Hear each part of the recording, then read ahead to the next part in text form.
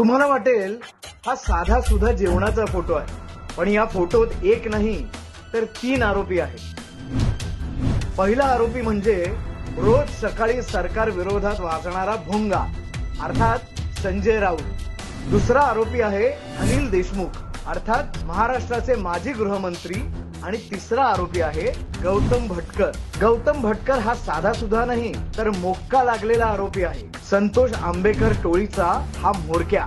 त्याच्यासोबत हे दोघेही म्हणजेच महाराष्ट्राचा भोंगा आणि महाराष्ट्राचे माजी गृहमंत्री मनसोक्त जेवणाचा आस्वाद घेत आहेत।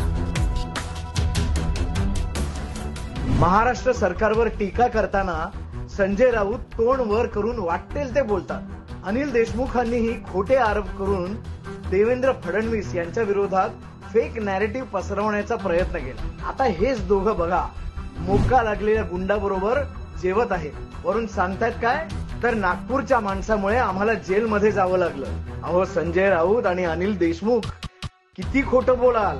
पत्राचाळ घोटाळा केला नसता तर राऊतांना आणि 100 कोटींच्या वसुलीचं टार्गेट दिलं नसतं तर देशमुखांना तुरुंगात जावंच लागलं नसतं।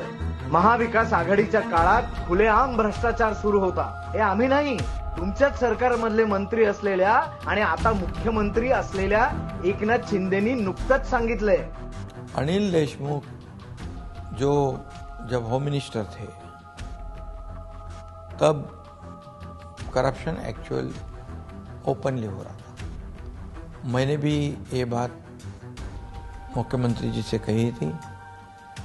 मैं अजित दादा पवार जी से भी एक बार बात करते करते कही थी बात। 2-4 लोगों से कही थी इतना ऐसा नहीं होना चाहिए। ये होम डिपार्टमेंट जो है ये लॉ एंड ऑर्डर सिचुएशन बनाए रखने वाला डिपार्टमेंट है। मुख्यमंत्री एकनाथ शिंदेंचं हे म्हणणं कुणीही खोडून काढलेलं नाही। आपल्या काळ्या कर्तृत्वाने आणि भ्रष्टाचाराच्या प्रकरणांनी तुरुंगात जायचं आणि बदनामी मात्र करायची ती देवेंद्र फडणवीसांची।